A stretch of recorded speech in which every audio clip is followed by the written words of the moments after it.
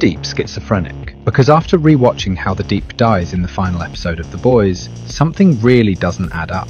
Obviously we know the Deep can talk to sea animals. That's been his whole thing since season 1, but the way the sea creatures suddenly act around him in episode 8 made me start wondering, what if the animals never actually wanted to kill him at all?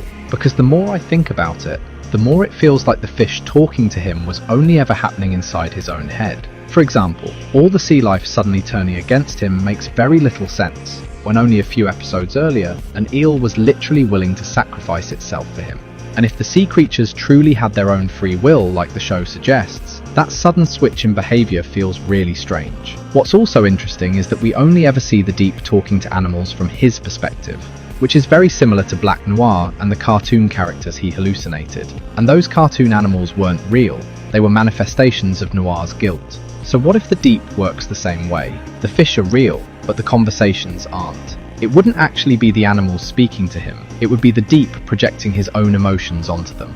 For example, when he's around Ambrosius and she starts talking sexually to him, maybe that isn't really her personality at all. Maybe it's just the Deep projecting his own thoughts and desires onto the creatures around him. Because it would mean he's been using sea animals as a coping mechanism this entire time, since he genuinely can't connect with normal people anymore. And if this theory is true, then his death becomes way more disturbing, because it means the animals didn't actually kill him, his own mind did.